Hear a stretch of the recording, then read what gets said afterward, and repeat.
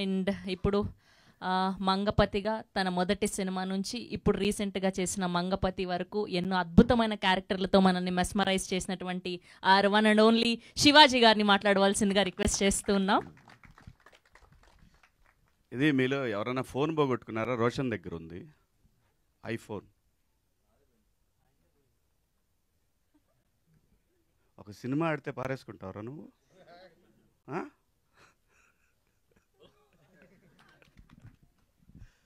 అందరికీ నమస్కారం.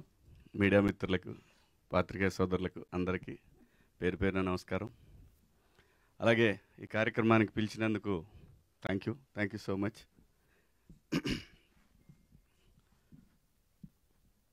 చదువు అంటే చాలా ఇష్టం అండి నాకు, కానీ చదువుకోవాలనుకున్నప్పుడు గాలికి తిరిగాను ఎక్కువ. డెఫినెట్గా చదువు చాలా అవసరం, అనుమానమే లేదు. సహజంగా 10th క్లాస్ నుంచి ఇంటర్మీడియట్ డిగ్రీకి వచ్చే వరకు గాలి తిరుగుళ్ళన్నీ అవుతాయి. అయిపోయిన తర్వాత తెలుస్తుంది చదువు విలువ. అసలు ఎయిర్ అనే టైటిల్ పెట్టగానే నాకు అసలు చూడగానే ఇంకా ఆ రోజే ఆల్ ఇండియా ర్యాంకర్స్ అని ఎప్పుడైతే వీళ్ళు అనుకున్నారో ఆ రోజే ఈటీవీ విన్లో ఇంకొక పెద్ద బ్లాక్ బస్టర్ సిరీస్ 90sని కూడా క్రాస్ చేసే సిరీస్ రాబోతుందని నాకు అనిపించింది. ఎందుకంటే ప్రతి ఒక్కళ్ళు కనెక్ట్ అవుతారు దీనికి. వాస్తవంగా చాలా హింస కార్యక్రమం ఆల్ ఇండియా ర్యాంకర్స్ అనేది. చాలా హింస పిల్లలకి. హింస అంటే జనరల్గా సహజంగా ఆది మానవుడి నుంచి ఎవల్యూషన్ అయిపోయి వాడు రకరకాల ఫీల్డ్స్లోకి వెళ్ళిపోయి ప్రపంచాన్ని ఒక స్థాయి నుంచి ఎక్కడికో అవసరమైతే ఈ భూమి అంతా వెళ్ళిపోతే ఆకాశంలో ఎక్కడ ఉండే పరిస్థితి క్రియేట్ చేసిన మనిషిని ఏం చేస్తున్నారంటే, ఇదంతా కూడా మెదడు చేసే పని కదా, ఆ మెదడుని ఒకే చోట ఆ 4 గోడల మధ్య ఎట్టి పరిస్థితుల్లో వీడు ఆల్ ఇండియా ర్యాంక్ కొట్టాలి అనేటువంటి కాన్సెప్ట్ ఏదైతే ఉందో అది అత్యంత దారుణమైనటువంటి ఈ భూమి మీద ఒక హేయమైన చర్య అది నా దృష్టిలో. న్యాచురల్గా చదవాలి వాడు, న్యాచురల్గా వాడికి రావాలి, అప్పుడు వాడి బ్రెయిన్ బాగా పనిచేస్తుంది. నాకు తెలిసిన వాళ్ళు చాలామంది పిల్లలు ఇంటర్మీడియట్ అయిపోయిన తర్వాత అంటే అప్పటిదాకా వాళ్ళందరిని బంధించేసరికి వాళ్ళు పిచ్చోళ్ళు అయిపోయిన వాళ్ళు చాలామందిని చూసారు. పిచ్చోళ్ళు అంటే ఇంకేం తెలియదు వాళ్ళకి, ఏం చేయాలో, ఎవరితో మాట్లాడాలి. సో ఈ సిరీసు అలాంటి తల్లిదండ్రులకు గుణపాఠం కావాలని మనస్ఫూర్తిగా కోరుకుంటున్నాను నేను.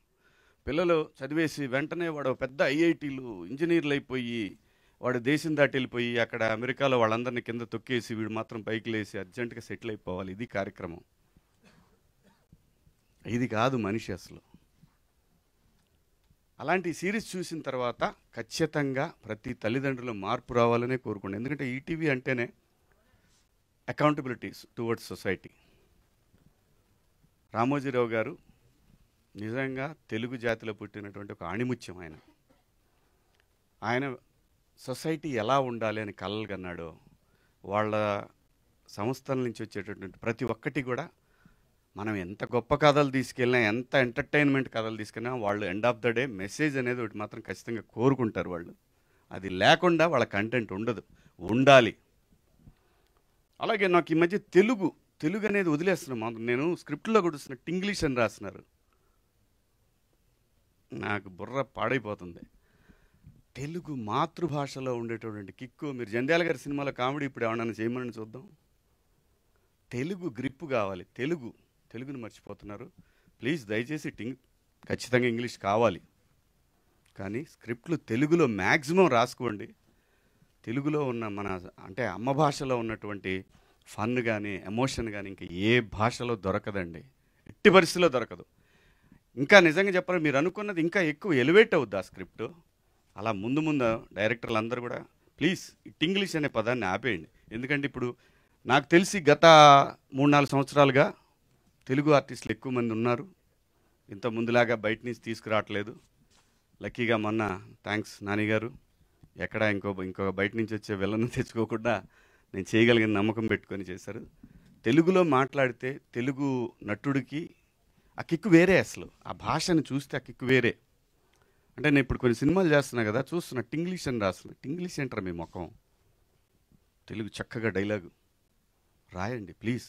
డైరెక్టర్లకు నేను మనస్ఫూర్తిగా కోరుకున్నా. ఓకే, న్యూ ఏజ్ మేకింగు, కొత్తగా ఆలోచన ఏమీ ఉండదు.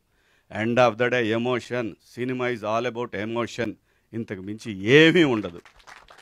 మీరు ఎన్ని చెప్పినా సరే end of the day emotion, all about emotion cinema అంటే. అందుకే నిన్న కన్నప్పలో లాస్ట్ 1 hour ఇరగ తీసేసిందన్న కూడా ఆ ఎమోషన్ వర్కౌట్ అయింది. సో కాబట్టి ఏంటంటే ఆ ఎమోషన్ అనేది అమ్మ భాషలోనే ఉంటుంది. ఇది కొంచెం అవుట్ ఆఫ్ ద సబ్జెక్టు అయినా చెప్పాలనిపించింది, చెప్తున్నాను. సో ఇక మా సినిమాకి వచ్చేసరికి ఖచ్చితంగా సాయికృష్ణ గారు కానీ, నితిన్ గారు కానీ, అలాగే entire team, ETV win team వాళ్ళు ఖచ్చితంగా టువర్డ్స్ సొసైటీకి ఉపయోగపడేది, అలాగే బ్రహ్మాండమైన ఒక కొత్త రకంగా కథని చెప్పే ప్రయత్నాలు వాళ్ళు విపరీతంగా చేస్తూ ఉన్నారు. ఖచ్చితంగా ఇది కూడా చాలా పెద్ద సక్సెస్ అవుద్ది. అలాగే మిత్రుడు సందీప్ రాజు గారు నిజంగా ఇన్స్పిరేషనేనండి. వీళ్ళందరూ కూడా ఖచ్చితంగా ఇన్స్పిరేషన్. మనకి టువర్డ్స్ ఆర్ట్ పట్ల డెడికేషన్ ఉంటే జాతీయ స్థాయికి వెళ్ళొచ్చు అని చెప్పి ప్రూవ్ చేశాడు ఆయన. సో అలాగే తమ్ముడు సుహాస్ కానివ్వండి, ఇవాళ అటు నుంచి ఇటు రాకుండా మనోడిని ఇక్కడి నుంచి అక్కడ తీసుకెళ్లారు, విచ్ ఇస్ గ్రేట్. నిజంగా చాలా సంతోషం. సో ఖచ్చితంగా చేసినటువంటి ఈ సిరీస్లో చేసినటువంటి అందరికి కూడా శుభాకాంక్షలు. ఖచ్చితంగా పెద్ద హిట్ అవుద్ది. నాకు బాగా నచ్చింది ఆటోడి క్యారెక్టర్. అలాంటి క్యారెక్టర్ ఏదైనా చెప్పండి, చేస్తాను నేను. Thank you so much. Thank you Shivaji గారు, థ్యాంక్ యూ సో మచ్. మీకు ఒక క్వశ్చన్ అడగమని ఇచ్చారు, నాకు దీనికి ఎటువంటి సంబంధం లేదు. ఏం పర్లేదు, చెప్పండి. సో మీ కాలేజ్ డేస్లో ఇలా బాగా తుంటరి పని చేసి మీ పేరెంట్స్కి దొరికిపోయిన సందర్భం ఏమైనా ఉందా? పేరెంట్స్కి ఎప్పుడు దొరకలేదు, పాపం వాళ్ళు చదువుకోలేదండి. ఓకే. 9th క్లాస్లో అటెండెన్స్ వేయించుకోగానే కరెక్ట్గా మున్సిపల్ హై స్కూల్ నర్సరావుపేట గోడ దూకేసి 11 o'clock షోకి వెళ్ళేవాడిని. పక్కనే ఉండే సత్యనారాయణ టాకీస్ అని. అది ఇంటర్మీడియట్కి వచ్చేసరికి ఒకసారి తప్పానండి. ఇంటర్మీడియట్ తప్పాను నేను. ఇంటర్మీడియట్కి వచ్చేసరికి డైలీ నర్సరావుపేట నుంచి రిలీజులు ఉండేవి కాదు. నర్సరావుపేటలో 7 థియేటర్లే ఉండేవి. సో గుంటూరులో అయితే మాకు 16 థియేటర్లు దాకా ఉండేవి. Morning first show, second show 2 చూసి దొంగల బండికి దొనకొండ బండి ఉండేది. ఆ బండికి నర్సరావుపేట వచ్చేవాళ్ళం. ఇంతకు మించి ఏమీ లేదు, చదివింది లేదు, చచ్చింది లేదు, అన్ని అబద్ధాలు. ఆ తర్వాత నేను అప్పుడు కూడా కొంచెం ఎమోషనల్గానే మాట్లాడేవాడిని. అలా మా కాలేజ్ ఫంక్షన్లో కొంచెం ఎమోషనల్గా మాట్లాడాను. డిగ్రీ కాలేజ్ ఏమంటే మీరు చెప్తున్నారు కానీ అంతగా ఎక్కట్లేదండి అని అనేవాడిని. అంటే వాళ్ళలో లేదు లోపం, నేను అసలు విన్సేస్తే కదా.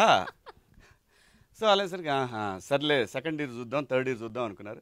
అమ్మతోడు 2 సంవత్సరాలు చదివానండి నేను. వీళ్ళు నన్ను గట్టిగా పడతారనేసి. సో చదివింది తక్కువ, కానీ చదివితే చాలా బాగా చదివేవాడిని. సో చదవకుండానే ఇంత జ్ఞానాన్ని తెచ్చుకోగలిగారు. చదివాను తల్లి, డిగ్రీ కాదు ఫెయిల్ అయ్యాను అన్నారు కదా ఇంటర్ ఫస్ట్ ఇయర్. సో అలా ఫస్ట్ టైంలోనే ఫస్ట్ అటెంప్ట్ లోనే పాస్ అయ్యి ఉంటే 10th కూడా ఫెయిల్. అయ్యో 10th ఫెయిల్. మమ్మల్ని మించిన బేవర్స్ నా కొడుకులు ఈ భూమి మీద ఉండరు. సో ఇంత జ్ఞానోదయం నాతో పాటు మా జీవన్ గాని మా బ్యాచ్ అంతా వేరే ఉంది. Thank you sir, thank you so much. నేను అన్ని పాస్ సార్, ఫ్యాషన్ డిజైనింగ్ వరకు చదువుకున్నాను సార్. రేపు అయితే ఖచ్చితంగా మీరు పాస్ అయి ఉంటారు. సర్టిఫికెట్లు చూడాల్సిన పని లేదు మీకు. Thank you sir, thank you for gracing our event. And Suhas గారిని కూడా ముందుకు రావాల్సిందిగా రిక్వెస్ట్ చేస్తున్నాం. ఓకే సుహాస్.